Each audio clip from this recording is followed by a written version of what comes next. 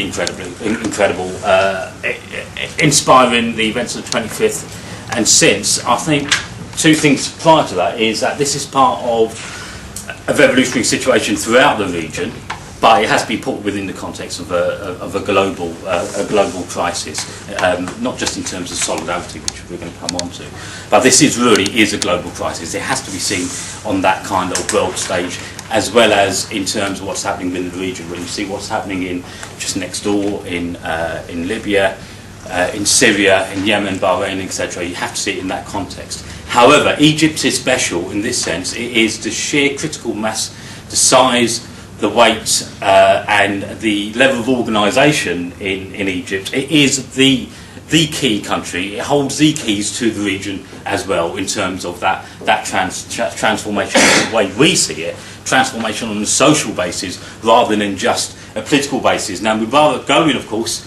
is on one level, it's a fantastic, absolutely fantastic achievement, fantastic victory, but the fundamental questions remain. The fundamental questions, I mean, Anne's already covered this in terms of poverty, inequality, and the whole issue about social transformation remains. That's the first thing. The second thing is, whilst what we were doing there, looking at, was how the revolution has developed now from Tahrir Square into the workplaces and development of the independent unions, it's also worth remembering that actually the stage was set, the 25th, was set prior to by massive revolts amongst the workers and the strike wave that took place from 2004 onwards. Meeting Kamal Abu Aita was a sheer pleasure, absolute pleasure. The president of the tax collectors union. I mean, it's really bizarre meeting up with some tax collectors right at the forefront of this struggle. It's absolutely incredibly inspiring, and of course he went through an account of the strike, the key strike in 2007, which they won, and out of which came the first independent union, and a reference point to this day, and everybody was referring to the tax collectors and the level of organisation they've achieved. Any revolution, it's worth the generalisation here, any revolution will have its springtime. And we've seen that springtime. Everybody was together, everybody was united against Mubarak. The sheer sense of anger, remember when Mubarak went on TV and everybody was expecting him to resign and he refused to resign. That springtime, however, then very rapidly, and certainly in Egypt, extremely rapidly, is beginning to differentiate. And that differentiation is a class differentiation. And that's exactly what we're beginning to see, particularly with, on the one hand, the formation of independent unions. How do you then put forward the social demands, the economic demands, and also the political demands? I'm sure Anne's gone through the process of getting rid of the little Mubaraks and the purification, if you like, of the workplaces and etc. You've got that on the one hand, and you've got that differentiation. What you've also got, actually, is, and this was very interesting speaking to trade unionists there, you then also begin to see within that class differentiation, you see a divergence, a division in terms of strategies as to how to propel this movement forward as well.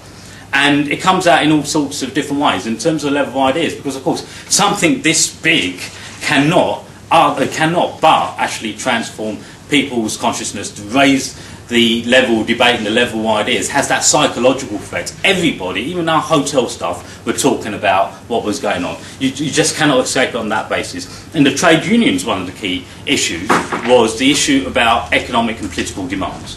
How does politics fit into this? And of course, this is something that, here in Britain, having had 150 years of it, and the basis of how our trade unions and political formations like the Labour parties formed in terms of that actual separation in terms of organisation. Here it comes out in different forms. On the one hand, in terms of political organisation, how does that fit? But also, how does political ideas, political campaigning also fit in terms of trade unions? Do we take these issues up and etc.? And of course, on the one hand, they're debating this, on the other hand, they're actually doing it. Taking on the little Mubaraks is a political issue. So it's really a very combined and uneven development of the founding stages of the independent unions in that respect. Really basic questions. It was meeting up with the health technicians where they were talking to us, how do you establish a union in terms of subs? And how much do you pay? How much does a member pay in terms of subs? Really incredible you might say elementary, I mean, it's fundamental questions about organisation actually come up. So you've got that kind of issue coming up. It came up in another way, very interestingly actually, when we were speaking to Kamal Abuaita from the Tax Collectors Union. His model of organisation, of trade union, independent organisation, came out of struggle. His account of it was, out of the struggle and the strike and the sit-ins they had, was actually the organisation formed organically. Speaking to the health technicians, what was interesting, what they were trying to form this organisation before engaging in the struggle. Now, the truth is, whilst those were the two extreme positions, it doesn't exist like that. With the tax collectors, it was quite evident they had a level of organisation to begin with, people organising and actually engaging in that struggle, and out of that struggle, a higher level of organisation that developed, a reference point for all independent unions. At the same time, with the health technicians, whilst they might spend time, and quite rightly spend time, in trying to develop the organisation, the struggle simply will not wait for them to actually get the organisation in place before they engage. It's happening now, hence you've got a situation where the doctors are on strike at this moment in time, I don't know. As we speak, the doctors are on strike, which the health technicians will obviously have a role to play in as well. So you've got issues like that in terms of organisation, formation, ideas, political, economic stuff. Another is in terms of how do you take this forward, and this is, for us, this is extremely important in terms of the divisions that develop in terms of strategies and the task at hand now as to how to push the struggle forwards. And this is absolutely essential to us, and it's absolutely essential to this campaign here, is the element and the role of international solidarity. Now, what do I mean by this? In some ways, this is not a personal issue, although it's personified between the two of the key players in Egypt amongst the unions at the moment.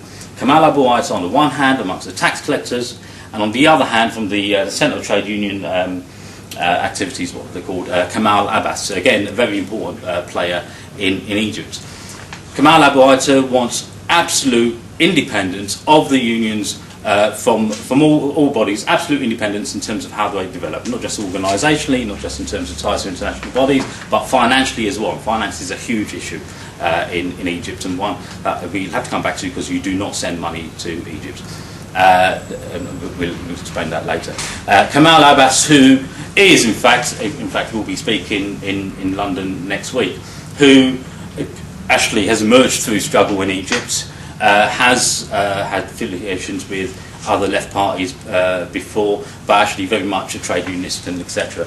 That does have an engagement in, quite soaked in the struggle in Egypt. However, his relationship to the international bodies, particularly the TUC, the ILO, International Labour Organisation, the ITF in terms of Transport Federation, is a difficult one for us, because what we've got here is a number of international bodies engaging and talking about solidarity, yes, but what they're actually doing is trying to project an understanding, formation of trade unionism as we understand it, over to Egypt, when in fact what we have in Egypt has the potential and the seeds of something far, far greater, democratic, and something far, far more radical than we've had. There's certain stages of our 150 years of trade unionism that they need to skip. That level of bureaucratisation and dependency isn't what they need.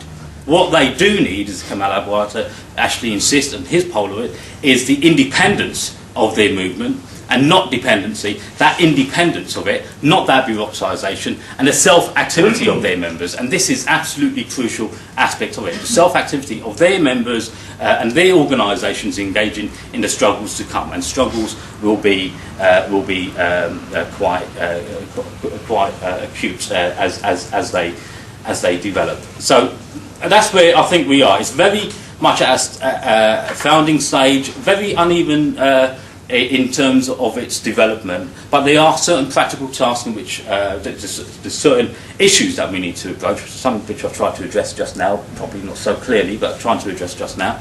But at the same time, there's certain tasks we need to fulfil here in terms of solidarity, certain concrete things that we need to do. On the one hand, Ali Fatou, who's on trial for two charges. One is for what we would call bringing the company into disrepute, and the second charge, which is incitement to strike. This is something that we can all get behind and actually deliver solidarity on. In fact, as we got off the plane from Cairo last Tuesday, we went straight to a branch meeting of the engineers on London Underground. We raised it in a branch. We got a statement in support of Ali Fatou. I think we got about 100 signatures in the end there and then. And we've got Bob Crow to write a letter of support as well. That case has now been postponed until the 4th of June, and it's something that we must follow through. This is not about Ali Fatou, as he would say himself. This is a test case for the state in trying to make some relevance and some engagement of their new legislation around the banning of strikes and demonstrations. It's their test case. They get away with this, and then you can bet your bottom dollar there'll be other very similar cases. The balance of forces is actually quite hard to tell because there's so many factors here, but it's quite clear the state is not in a position to just go in hard at the moment, but the development of the independent unions and the other side isn't cohesive enough to actually challenge and take a grip on certain functions of the state, which remains intact. So that's one concrete thing we can do.